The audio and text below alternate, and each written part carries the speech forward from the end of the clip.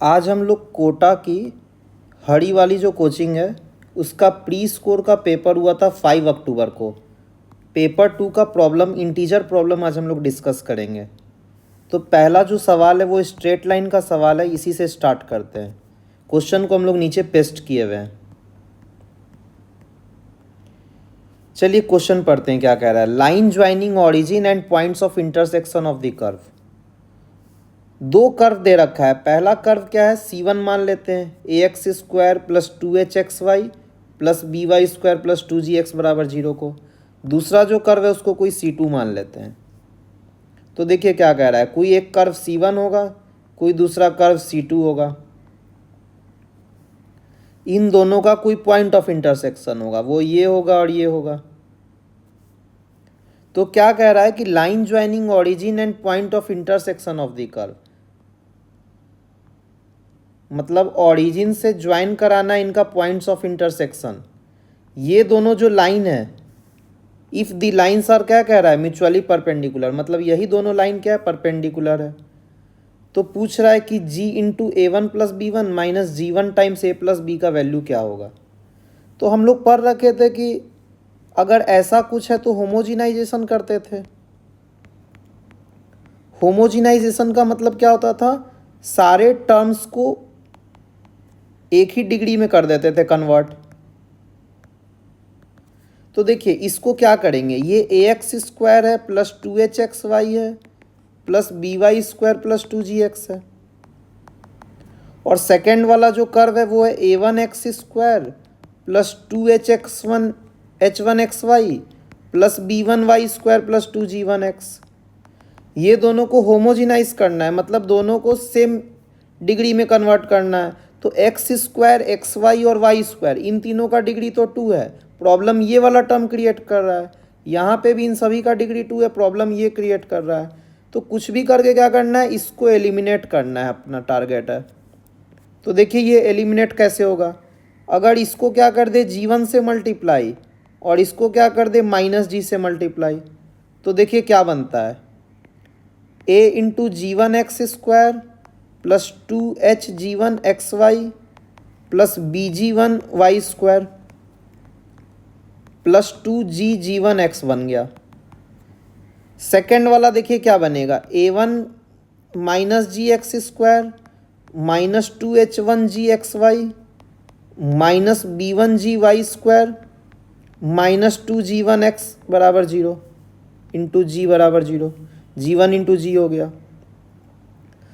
अब देखिए इन दोनों को जब हम ऐड करेंगे तो क्या होगा, ये दोनों टर्म कट जाएगा, x वाला एलिमिनेट हो जाएगा, बचेगा क्या, a into G1 minus A1 into G. ऐसे ही इस वाले टर्म में क्या बचेगा, 2 टाइम्स hg1 माइनस h1g।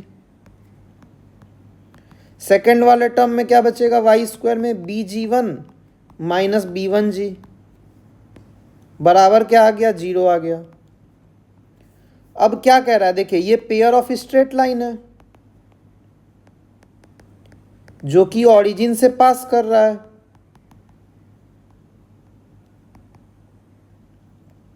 क्यों ऑरिजिन से पास कर रहा है, क्योंकि 2 डिग्री होमोजीनियस इक्वेशन है। अब देखिए ये ऑरिजिन से पास कर रहा है और यही पॉइंट ऑफ इंटरसेक्शन से भी पास कर रहा है, C1 और C2 के। तो यही जो कर्व है अपना, यही जो पेयर ऑफ स्ट्रेट लाइन है, यही जो दो लाइंस देगा, एक देगा L1 एक देगा L2, और यही L1 क्या होगा, L2 के परपेंडिकुलर होगा। तो हम लोग जानते थे कि ये जो दो लाइन देगा उसके बीच जो tan थीटा होता था वो क्या होता था, 2 times h² minus AB upon A plus B होता था, जहाँ पर A और B क्या होता था, ax² plus 2hxy plus by² बराबर 0। तो देखिए अब क्या कह रहा है कि जो एंगल है वो 90 डिग्री है, क्योंकि लाइन म्यूचुअली परपेंडिकुलर है। तो थीटा अगर 90 होगा तो tan थीटा इन्फिनिटी को टेंड करेगा, मतलब a प्लस बी को क्या कराना होगा, डेनोमिनेटर को 0 कराना होगा। तो a प्लस बी है क्या, x² का कोफिशियंट है और y² के कोफिशियंट्स का सम है। तो देखिए यहाँ पे x² का कोफिशियंट क्या है, ag1 माइनस a1g प्लस यहाँ पे y² का कोफिशियंट क्या है, ये है bg1 माइनस b1g। इसी का सम क्या होगा, 0 होगा। तो देखिए G1 को कॉमन लीजिए तो क्या आ गया, A plus B, minus G को कॉमन लीजिए तो क्या आ जाएगा, A1 प्लस B1। इसका वैल्यू क्या आ गया, 0 आ गया। तो अपना निकालना भी यही था, G into A1 plus B1 minus G1 into A plus B. तो ये कितना आ गया, 0 आ गया, क्योंकि दोनों आपस में बराबर है। अब देखिए 1 के बाद हम लोग सेकेंड नंबर क्वेश्चन पे चलते हैं। तो बेसिकली ये आसान क्वेश्चन था पेयर ऑफ स्ट्रेट लाइन का होमोजिनाइजेशन से। सेकेंड क्वेश्चन देखिए क्या कह रहा है, जेड में के स्क्रिप्ट लगा हुआ है, कह रहा है कि के 1 हो सकता है, 2 हो सकता है, 3 हो सकता है, 8 तक हो सकता है। मतलब Z1 हो सकता है, Z2 हो सकता है, Z3 हो सकता है और Z8 तक हो सकता है। ये सब क्या है भाई, तो वर्टिसेस ऑफ रेगुलर ऑक्टागन है।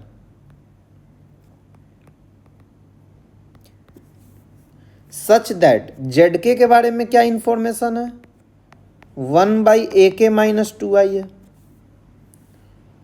और आई क्या, आयोटा है, अंडर रूट का -1, और AK क्या कह रहा है कि रियल नंबर है।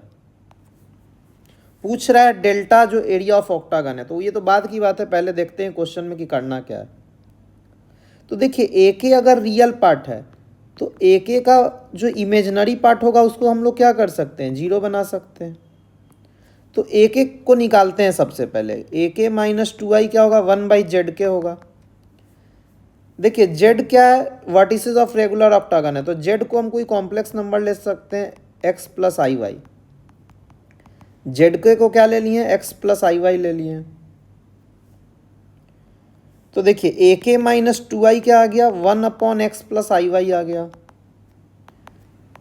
x माइनस आई वाई से ऊपर नीचे मल्टीप्लाई करते हैं रेशनलाइज कंजुगेट से, तो क्या हो जाएगा, ऊपर हो जाएगा x माइनस आई वाई, नीचे हो जाएगा x square plus Y square, क्योंकि z इंटू जेड का बार क्या होता है, मॉडुलस ऑफ z का स्क्वायर, जो कि x square plus Y square हो गया। तो क्या इन्फॉर्मेशन मिल गया कि AK माइनस 2i क्या है, x minus I Y upon x square plus Y square है। तो AK का वैल्यू क्या होगा, 2i को ऐड करना होगा, यही तो AK होगा। अब देखिए i वाला पार्ट इससे मल्टीप्लाई होगा तो बनेगा 2i x square 2i Y square, और यहाँ पे कुछ आई वाई है, प्लस क्या बन गया, x upon x square plus Y square. यही जो चीज़ है वो क्या है, AK है। AK के बारे में इंफॉर्मेशन था कि इसका इमेजनरी पार्ट 0 था, और इसका इमेजनरी पार्ट है क्या, तो आयोटा वाला टर्म इमेजनरी पार्ट होता है, तो यही चीज़ 0 होगा, मतलब ये चीज़ 0 होगा। AK का क्या कर दिए, इमेजनरी पार्ट को हम लोग 0 कर दिए। तो देखिए ये चीज़ है क्या, 2 से डिवाइड करते हैं तो क्या बनेगा, X square plus Y square minus वाई/2 बराबर 0। ये चीज़ हमको दिख रहा है कि सर्किल है, क्यों, क्योंकि ऐसा 2 डिग्री इक्वेशन जिसमें एक्स वाई वाला टर्म 0 हो और एक्स स्क्वायर का कोफिशिएंट वाई स्क्वायर के बराबर हो, वो क्या होता है, सर्किल होता है। तो भाई ये सर्किल दिख गया अपने को। अब इस सर्किल का पोस्टमार्टम करते हैं, मतलब सेंटर और रेडियस निकालते हैं। तो देखिए एक्स स्क्वायर तो अकेला है तो एक्स स्क्वायर रह गया, लेकिन वाई वाला 2 टर्म है, एक में वाई एक में वाई स्क्वायर, तो क्वाड्रेटिक बनाते हैं, परफेक्ट स्क्वायर। तो वाई स्क्वायर है, y/2 को क्या लिख सकते हैं, 2 इंटू 1/4 इंटू वाई लिख सकते हैं। अब देखिए वाई स्क्वायर मिल गया, मतलब a स्क्वायर मिल गया माइनस 2ab मिल गया, तो b स्क्वायर की आवश्यकता है, तो b स्क्वायर क्रिएट कर दिए। अब अपने मन से क्रिएट किए तो सब्सट्रैक्ट भी कर देते हैं। ये था भाई एक्स स्क्वायर, ये बन गया एक परफेक्ट स्क्वायर y माइनस 1/4 का स्क्वायर, और ये इधर सामने जाएगा तो 1/4 का स्क्वायर बन जाएगा। ये चीज़ क्या है, तो एक सर्किल है जिसका सेंटर है 0,1/4 और रेडियाई है 1/4।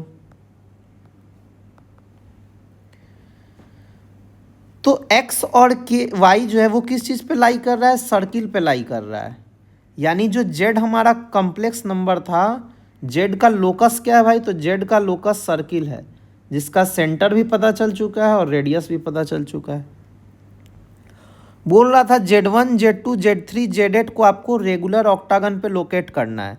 तो देखिए बनेगा कैसा, एक पेज और इंसर्ट कर लेते हैं हम लोग। देखिए कैसा बनेगा जेड के।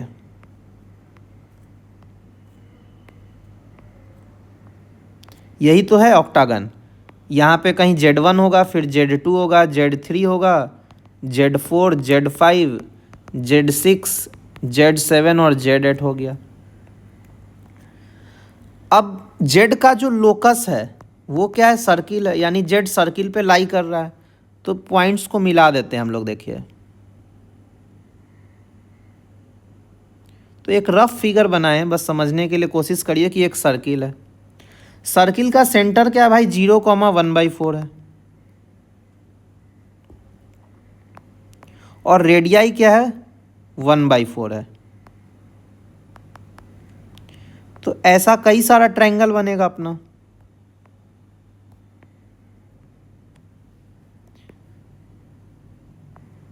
अब देखिए क्या रहा है, ये निकालते हैं। बोल रहा है कि डेल्टा जो एरिया ऑफ ऑक्टागन है वो आपको निकालना है। तो एरिया ऑफ ऑक्टागन जो है वो होता क्या है, देखिए चूंकि ऑक्टागन जो है रेगुलर है,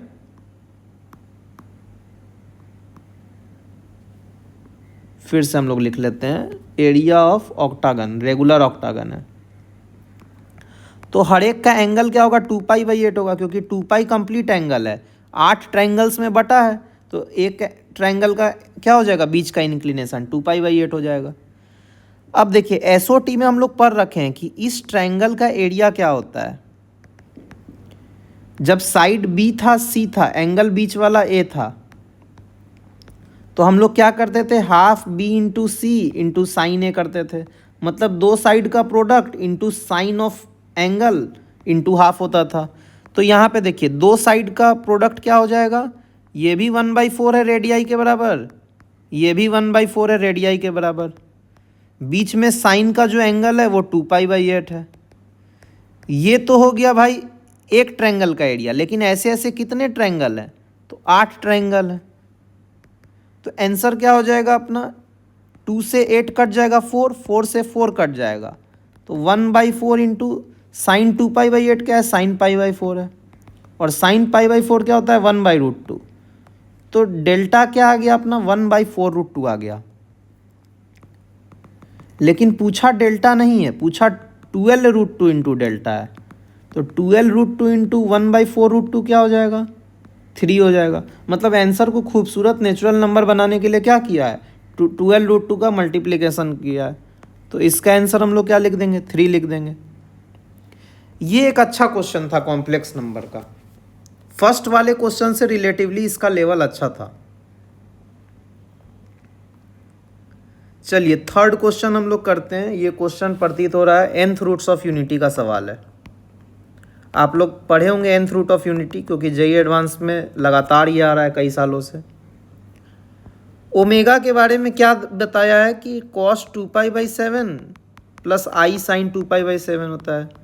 जनरली हम लोग पढ़ते क्या थे, ओमेगा EI 2π/3 पढ़ते थे, क्यूब रूट ऑफ यूनिटी।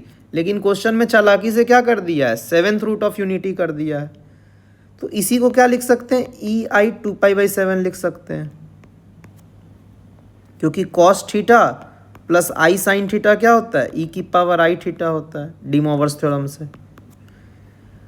देखिए निकालना क्या है, लैम्डा निकालना है भाई। लैम्डा क्या दिया है, तो पाई का मतलब होता है प्रोडक्ट, मतलब के का वैल्यू 0 पहले इंसर्ट करेंगे। देखिए ये चीज अपने को निकालना है। पाई का माने होता है प्रोडक्ट, मतलब के का वैल्यू पहले 0 रखो, फिर के का वैल्यू 1 रखो, फिर के का वैल्यू 2 रखो। ये सब चीज़ों का क्या है, प्रोडक्ट है के का। पाई का मतलब सिग्मा माने होता था सम, और पाई माने होता था प्रोडक्ट। तो के बराबर 0 हो गया, के बराबर 1 हो गया, के बराबर 2 हो गया। के बराबर 3 वाला क्वांटिटी क्या हो जाएगा, ओमेगा का पावर 9, ओमेगा का पावर 3 + 1। ये हो गया के बराबर 3। के बराबर 4 पे क्या होगा, ये आ जाएगा। फिर के बराबर 5 पे लिखेंगे 15, 5 और 1, और के बराबर 6 तक जाना है भाई लास्ट। तो ओमेगा की पावर हो जाएगा 18 प्लस ओमेगा की पावर 6 प्लस 1। अब देखिए इतना आ गया, ओमेगा की पावर 0 प्लस ओमेगा की पावर 0 प्लस 1, ये भी 1 होगा, ये भी 1 होगा, तो ये 3 आ गया। अब देखिए ये तो omega cube plus omega plus 1 हो गया, लेकिन ओमेगा 6 को देखिए हम लोग क्या लिख सकते हैं। यहां से क्या पता चल रहा है कि ओमेगा ई की पावर आई 2π/7 है ना। तो देखिए ओमेगा की पावर 7 करते हैं, क्या हो जाएगा ई आई 2π/7 की पावर 7, ये हो जाएगा ई आई 2π। इसका मतलब क्या है cos 2π प्लस आई साइन 2π। ये 0 होता है क्योंकि sine of n integral multiple of pi 0 होता है, तो cos 2π क्या हो गया 1 हो गया, यानी ओमेगा की पावर 7 क्या हो गया 1 हो गया।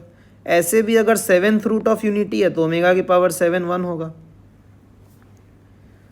अब देखिए ओमेगा की पावर अगर 7 1 आ गया तो ओमेगा की पावर 6 था यहाँ पे, इसको क्या लिख सकते हैं 1 ओमेगा की पावर 7 है तो इसको क्या लिख सकते हैं ओमेगा की पावर 6 इंटू ओमेगा की पावर 1 बराबर 1, तो ओमेगा की पावर 6 क्या आ जाएगा 1/ओमेगा आ जाएगा। तो देखिए एक एक करके टर्म अब लिखते हैं। फर्स्ट वाला टर्म लिख लिए थे, सेकंड वाला लिख लिए थे, थर्ड वाला लिखते हैं 1/ओमेगा plus omega square plus 1। Fourth वाले को देखिए क्या लिखते हैं, ओमेगा की पावर 9 है, इसको क्या लिख सकते हैं ओमेगा की power 7 into omega square. Omega की पावर 7 1 है तो ओमेगा स्क्वायर हो गया, तो ये आ गया भाई omega square plus omega cube plus 1। अब देखिए ओमेगा की पावर 12 को क्या लिख सकते हैं ओमेगा की पावर 5, क्योंकि ओमेगा की पावर 12 क्या हो जाएगा ओमेगा की पावर 7 इंटू ओमेगा की पावर 5, ये ठहरा 1 तो ओमेगा 5 हो गया। फिर ओमेगा की पावर 15 को क्या लिख सकते हैं ओमेगा प्लस ओमेगा 5 प्लस 1। 15 को क्या किए 14 और 1 में तोड़ दिए। 18 को फिर क्या कर सकते हैं 14 और 4 में तोड़ेंगे तो ओमेगा 4 ओमेगा 6 और 1 हो जाएगा। फिर देखिए क्या करते हैं, ये हो गया 3, ये हो गया omega cube plus omega plus 1।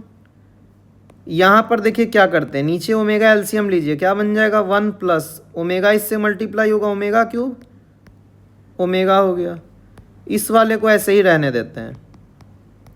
अब देखिए ओमेगा की पावर 5 क्या हो जाएगा 1/ओमेगा स्क्वायर, क्योंकि इसको क्या लिख सकते हैं हम लोग ऐसा लिख सकते हैं, तो ओमेगा की पावर 5 क्या बन गया 1/ओमेगा स्क्वायर। फिर ओमेगा की पावर 4 को क्या लिख सकते हैं 1/ओमेगा क्यूब। फिर ऐसे ही यहाँ पे ओमेगा की पावर 5 को फिर 1/ओमेगा स्क्वायर लिख सकते हैं, और यहाँ पे 1/ओमेगा क्यूब प्लस 1/ओमेगा प्लस 1 हो जाएगा। तो फाइनली देखिए बनेगा क्या, सारे टर्म्स को अब एक एक करके लिख लेते हैं। 3 बन गया omega cube plus omega plus 1 बन गया। फिर क्या बन गया ये omega cube plus omega plus 1 बन गया, नीचे में एक ओमेगा भी बैठा हुआ है। ये देखिए क्या बना omega cube plus omega square plus 1। यहाँ पे नीचे एलसीएम लेंगे ओमेगा का क्यूब तो क्या बनेगा omega plus 1 plus omega cube बनेगा। ऐसे ही इस वाले में नीचे एलसीएम आएगा ओमेगा स्क्वायर, ये बनेगा ओमेगा का cube plus 1 plus omega square. इस वाले में एलसीएम आएगा ओमेगा क्यूब, ये बनेगा 1 plus omega square plus omega cube. तो नीचे देखिए ओमेगा की पावर कितना हो गया 3 3 6 2 8 और 1 9, तो 3/ओमेगा की पावर 9। ऊपर देखिए क्या बना omega cube plus omega plus 1, फिर बन गया omega cube plus omega plus 1, फिर बना omega cube plus omega square plus 1, फिर बन गया omega cube plus omega plus 1, फिर बना omega cube plus omega square plus 1, और फिर एक और बार बन गया omega cube plus omega square plus 1। तो देखिए हुआ क्या, ये चीज़ का 3 पावर है और ये चीज़ का 3 पावर है। तो फाइनली हम लोग क्या लिख सकते हैं कि omega cube plus omega plus 1 का क्यूब और omega cube plus omega square plus 1 का क्यूब, यही तो होगा।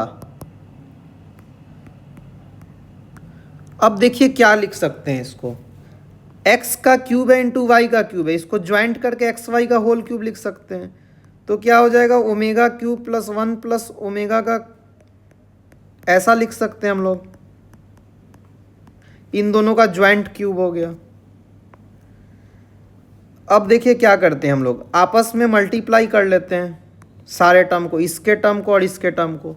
तो देखिए क्या आएगा, omega cube into omega cube, omega 6 आ गया। या देखिए मल्टीप्लाई करने से अच्छा है, डायरेक्ट हमको क्या दिख रहा है, ये चीज़ x है, ये चीज़ y है, ये चीज़ फिर x है, ये चीज़ z है। तो x plus y into x plus z क्या होगा, x into x x square, y into z y z, plus x z plus x y. यानी क्या समझ में आ गया कि x square plus y z plus x into y plus z. तो एक्स स्क्वायर देखिए क्या है, ओमेगा क्यूब प्लस 1 का स्क्वायर है। वाई जेड क्या है, ओमेगा इंटू ओमेगा स्क्वायर है, तो ओमेगा क्यूब हो गया। फिर क्या है देखिए, x into y plus z, x है ओमेगा क्यूब प्लस 1 और वाई प्लस जेड है ओमेगा प्लस ओमेगा स्क्वायर। इसको एक्सपेंड करेंगे तो आएगा omega 6 plus 2 omega cube plus 1। इसको एक्सपेंड किया ओमेगा क्यूब, इसको मल्टीप्लाई करेंगे तो देखिए क्या आएगा, ओमेगा क्यूब इंटू ओमेगा हो जाएगा omega 4, omega cube into omega square होगा ओमेगा 5, 1 इंटू ओमेगा होगा ओमेगा और 1 इंटू ओमेगा स्क्वायर आएगा। अब देखिए क्या बना, 1 है, फिर ओमेगा है, फिर ओमेगा स्क्वायर है, फिर ओमेगा क्यूब है, फिर ओमेगा की पावर 4 है, फिर ओमेगा की पावर 5 है, फिर ओमेगा की पावर 6 है, प्लस क्या है 2 ओमेगा का क्यूब है। इस चीज़ का क्या था, क्यूब था, होल क्यूब था, अपने को पता है पहले से। अब देखिए चूंकि omega 7th root of unity है, तो क्या पता है कि 1 plus omega square dot dot omega की पावर 6 क्या होगा, 0 होगा। ऐसे भी कर सकते हैं, ये सारे जीपी में है, तो जीपी का सम क्या होता है, A into common ratio omega, number of term 7 minus 1 by omega minus 1। Omega की पावर 7 1 है तो 1 माइनस 1 0 आ गया, यानी ये चीज़ का वैल्यू क्या है, 0 है। तो बचा क्या, 2 ओमेगा क्यूब का क्यूब इंटू 3 बाई ओमेगा 9 बचा। तो देखिए 3 इंटू 2 का क्यूब हो गया 24, ओमेगा की पावर 9 बाई ओमेगा की पावर 9 कैंसिल हो गया, तो आंसर क्या बन गया 24। यानी फाइनली क्या हम लोग लिख सकते हैं, जो लैम्डा है वो 24 है, लेकिन पूछ रहा है सम ऑफ डिजिट, तो 2 प्लस 4 क्या हो जाएगा, 6 हो जाएगा। ये थोड़ा टीडियस मैनिपुलेटिव क्वेश्चन है nth रूट ऑफ यूनिटी पे। आप लोग एक बार खुद से इसको सॉल्व करके देखिएगा, क्योंकि क्वेश्चन में करना कुछ नहीं है, सिर्फ कैलकुलेशन करना है। अगर इसका कोई शॉर्टर मेथड एग्जिस्ट करता है तो आप लोग कमेंट में लिखिए।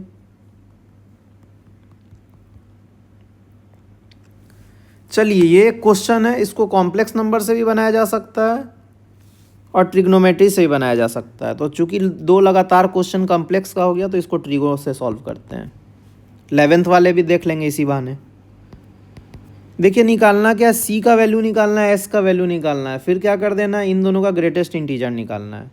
तो सी का वैल्यू निकालते हैं, चलिए क्या हो जाएगा, cos 2π/7 plus cos 4π/7 plus cos 8π/7 है। इसका अपने को क्या करना है, वैल्यू निकालना है। तो देखिए cos 8π/7 को क्या लिखा जा सकता है,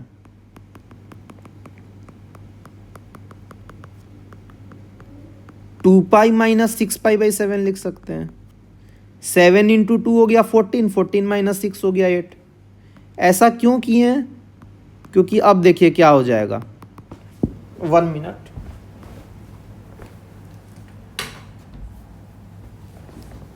ये हो गया cos 4π/7, cos of 2π minus theta क्या होता है, cos थीटा होता है। ऐसा हम लोग किए क्यों, क्योंकि एक फॉर्मूला होता था ट्रिग्नोमेट्री में कि जब कोसाइन में क्या हो, सीरीज हो और जो एंगल्स हो वो एपी में हो, तो उसका एक डायरेक्ट फार्मूला होता था।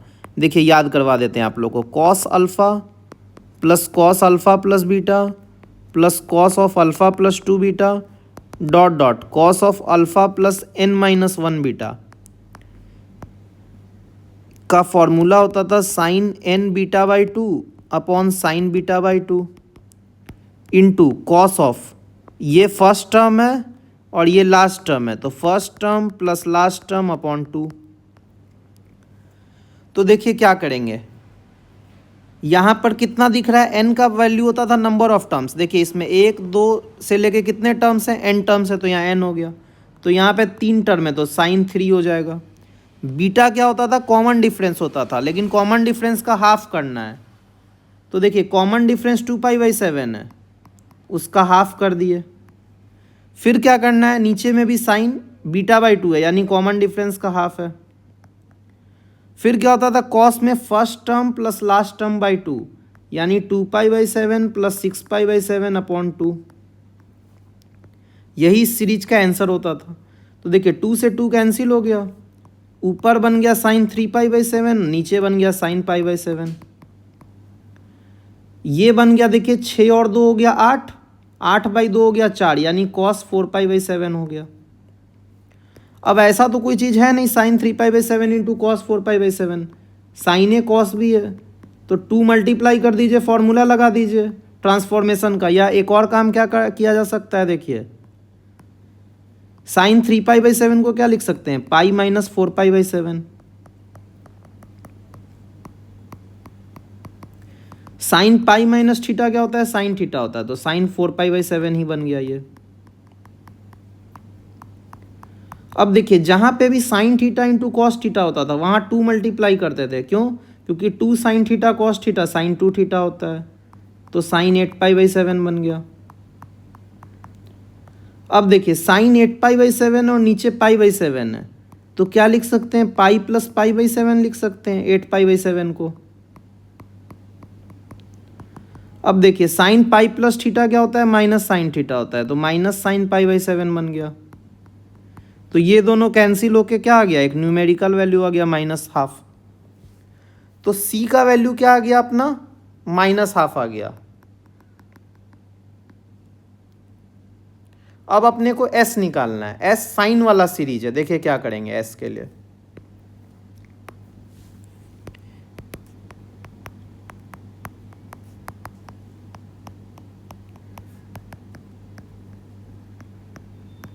और एक बार सी को लिख लेते हैं।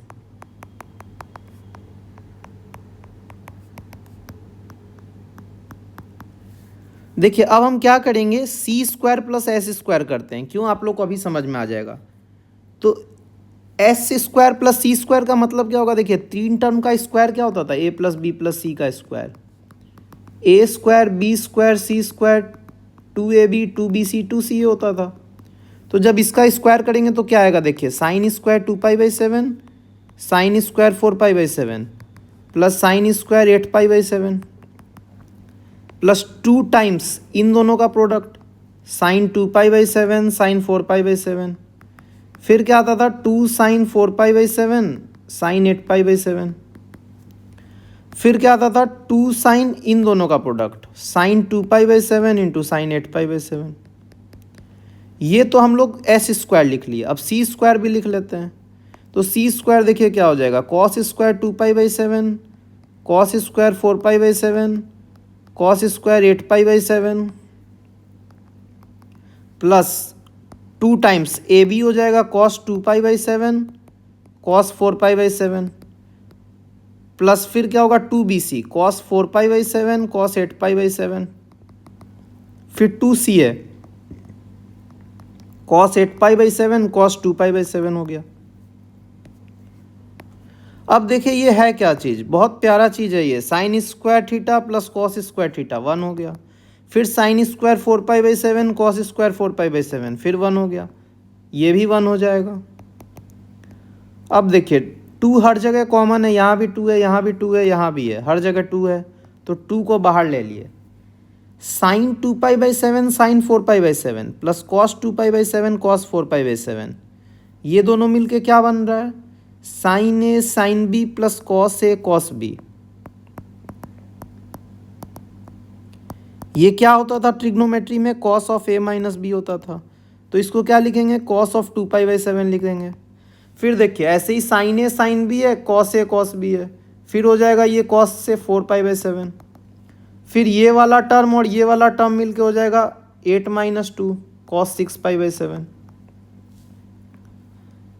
अब देखिए ये चीज़ का वैल्यू हम लोग पहले ही निकाल लिए हैं, cos 2π/7 plus cos 4π/7 plus cos 6π/7 कितना निकालें, -½ तो ये हो क्या गया 3 + 2 × -½ तो 2 से 2 कैंसिल हो गया, आ गया 2, यानी पता चल गया c² + s² 2 है और c का वैल्यू भी निकाल चुके हैं -½ तो c² हो गया 1/4 तो s² क्या आ गया 2 - 1/4 7/4 तो s कितना हो गया √7/2 हो गया या -√7/2 हो गया।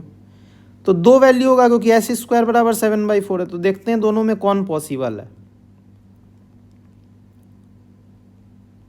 देखिए s का वैल्यू ये है 2π/7 है क्या चीज़ 360/7 है, 7 5 जा 35 तो अराउंड 51 डिग्री एंगल है कुछ।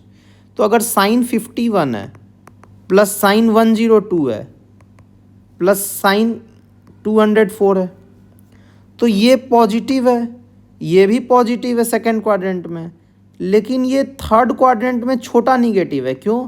क्योंकि साइन 180 के बाद देखिए क्या होता है 51 देखिए कहाँ होगा, ये 90 है तो 51 कहीं यहाँ होगा और 102 एकदम इसके पास होगा और जो 204 है वो 180 यहाँ है तो 204 यहाँ कहीं है।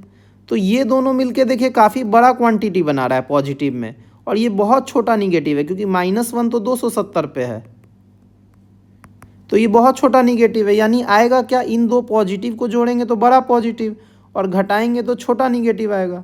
यानी कुल मिला के क्या पता चल रहा है कि एक पॉजिटिव नंबर s बनेगा तो ये वैल्यू रिजेक्ट हो गया। तो s का आंसर क्या हो जाएगा √7/2 हो जाएगा। तो c हम लोग निकाल लिए -½ और s निकाल लिए √7/2। अब क्या करना है, ग्रेटेस्ट इंटीजर बताना है। तो देखिए -½ से छोटा इंटीजर कौन है, ग्रेटेस्ट इंटीजर का मतलब होता है जस्ट छोटा इंटीजर। तो -½ का छोटा इंटीजर है -1 और √7/2 क्या है, देखिए √7/2 को लिख सकते हैं √7/4, इसको लिखेंगे 1.75 तो ये अराउंड 1 पॉइंट कुछ आएगा 1 के करीब, तो उसका ग्रेटेस्ट इंटीजर 1 हो जाएगा। तो आंसर क्या हो जाएगा 1 - 1 0 आ जाएगा। तो फाइनली हम लोग 4 क्वेश्चन सॉल्व कर लिए। आप लोग 4 जो नेक्स्ट क्वेश्चन है उसका स्क्रीनशॉट ले लीजिए और कमेंट में आंसर लिखिए। एक ये क्वेश्चन है एमओडी का, मेथड ऑफ डिफरेंशिएशन का, ये भी मेथड ऑफ डिफरेंशिएशन का है, ये स्ट्रेट लाइन का क्वेश्चन है और एक कॉम्प्लेक्स नंबर का क्वेश्चन है। इसको 11th वाले लोग कर सकते हैं। कमेंट में आप लोग लिखिए, 3 से 4 दिन के बाद हम लोग इस चारों क्वेश्चन को सॉल्व करके वीडियो डालेंगे।